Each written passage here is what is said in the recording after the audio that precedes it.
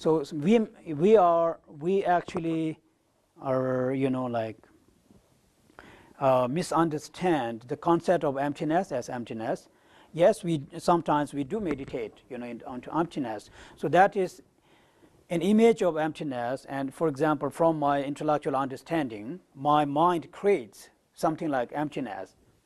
So I relax on that, I rest into that. And it is something very similar to emptiness, but it's not emptiness because it is your concept of emptiness. So that's what I meant. It's like seeing the true is different, you know, from just imagining it. So when you see it, it's something real. And when you just imagine that from your own point of view, it's not real. So that is why I'm saying this, you know. So I mean, it sounds very easy in books. You read like many books on emptiness, it sounds very easy. And the words are very good. You know, like for example, you say you just sit there and you rest into the true nature of the mind. Don't think about past, don't think about future, rest into present. It's a very good wording. You can do it like that. Okay, let's say you rest into the present. It's possible. But resting into present is a very good meditation. Yes, it's true. But that's not emptiness, because that's a concept of, you know, resting into present. But yes, I mean, of course, as a beginner, we, you know, like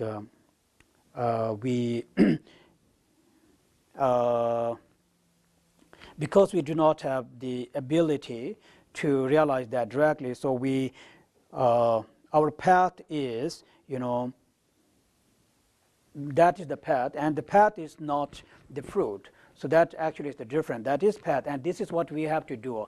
I'm not saying you should not meditate. You must meditate. It sounds like I'm telling you, you know, all of you, that you should not meditate. No, you must meditate. If you do not meditate, you will not develop the, you know, tendency of meditating. It's very important. Sometimes it's good, sometimes it's bad, sometimes it's, you know, okay, but that is, you have to go along with that. It's very true. So it's not always that you are, you know, that you can rest into meditation all the time. Sometimes you don't. It's just nature of our mind, but you just keep on doing like that. So there comes a time where then our meditation will be stabilized. So once when it is stabilized, then it becomes more calm.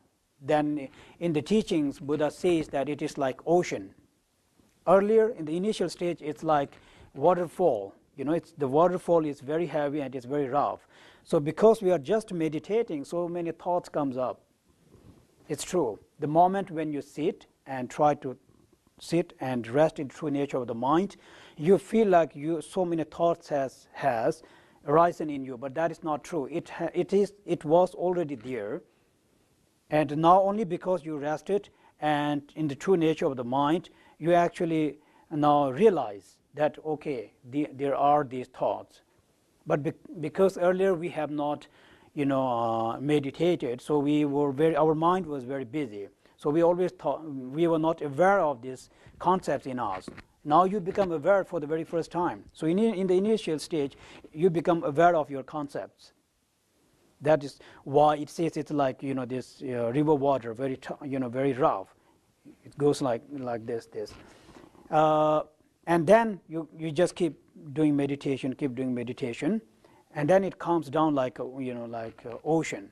So it's stabilized, and then gradually, of course, realization, recognition, and realization, I think, arises in you. So this is the way how to reach enlightenment, or to meditate and give up all these negative emotions. And then also in the meditation, is not only the meditation. I think many of you are aware. It's actually, in the teachings, Buddha says the most important thing is actually the sitting posture. The way how you sit is very important. Okay.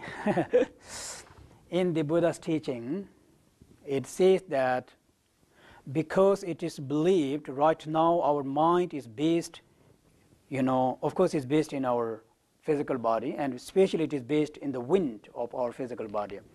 So the passing of the wind through our channels, you know, actually affects the way of our thinking. So when the channels are very straight and when the wind passes through our channels very smoothly, awareness in us actually develops. So therefore the sitting posture is very, so there are very precise way of sitting when you meditate. Like it says you need to keep your back very straight like this, and you have to sit crossed leg, and usually it's like this. Okay, in the very beginning you sit like this actually. Okay, this would be the way. So exactly, you see through your nose. When you see through your nose, you just see in front, not far away, and this is the posture. But this crossed leg, so where usually it's in the beginning it's you have to get used to the sitting posture, because that is very difficult. So you are always thinking about that. But yeah, it is. So you can try. It will not harm you at all. So you can just try and how you feel about that. So I just wanted you to know that it is. There is the sitting posture is really, really important.